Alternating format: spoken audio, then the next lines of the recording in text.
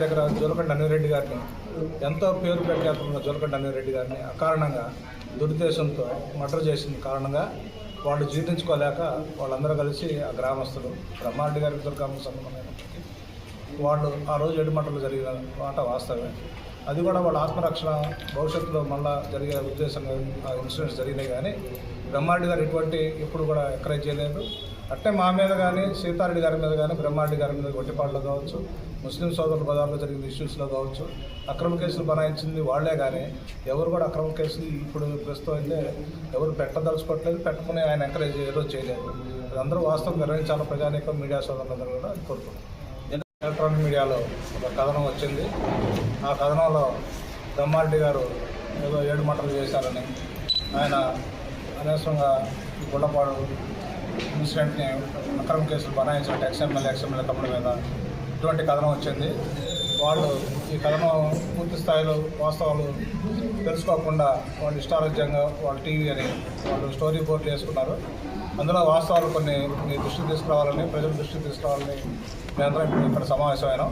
బ్రహ్మారెడ్డి గారు రాజకీయంగా 2 సార్లు ఓడిపోవచ్చు. వాళ్ళ అమ్మగారు వాళ్ళ నాన్నగారు 2 సార్లు ఎమ్మెల్యే గెలిచారు. గతంలో మొత్తం 3 సార్లు వాళ్ళు ఎమ్మెల్యే చేశారు. ఇప్పుడు బ్రహ్మారెడ్డి ఫస్ట్ ఎమ్మెల్యేగా ఉన్నారు. ఆయనకు 33,000 అత్యధిక మెజార్టీ ప్రజలు మార్చల ప్రజారంగం ఇచ్చారు.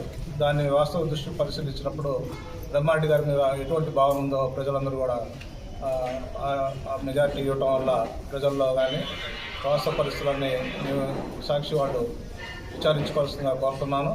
గతంలో పిన్నెల్లి రామకృష్ణారెడ్డి కావచ్చు, పిన్నెల్లి వెంకటరెడ్డి కావచ్చు, వాళ్ళ బాబాయ్ సుధనారెడ్డి కావచ్చు, లక్ష్మారెడ్డి గారు కావచ్చు, అందరూ ఆ పార్టీలో ఉన్నప్పటి నుంచి మేము వాళ్ళతో కలిసి ప్రయాణం చేశాం.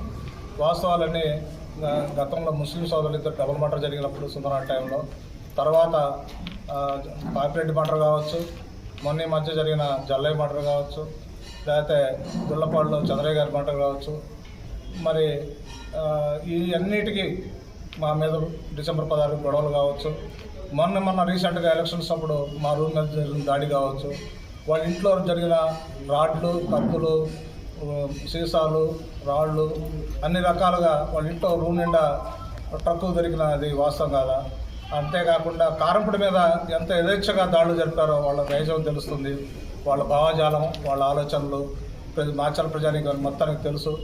ఇటువంటి పరిస్థితుల్లో ఈ సాక్షి అక్రమంగా స్టోరీ బోర్డులు విచారించుకోకుండా, వాస్తవాలు తెలుసుకోకుండా వాళ్ళకు అనుకూలంగా మీడియాలో రాతలు మాటలు మాట్లాడటంతో సబ్బు ఇవన్నీ మాచల ప్రజానీకం అందరికీ వాస్తవాలు తెలుసు. అవసరమైతే పార్క్ సెంటర్లో ఒక బ్యాలెట్ పెడదాం, రామకృష్ణ అంటే ఏంది, బ్రహ్మారెడ్డి గారు ఏందని, ఎవరేందనే దాని మీద ఒక బ్యాలెట్ పెడదాం, ప్రజానీకాన్ని ఓట్లు అడుగుదాం.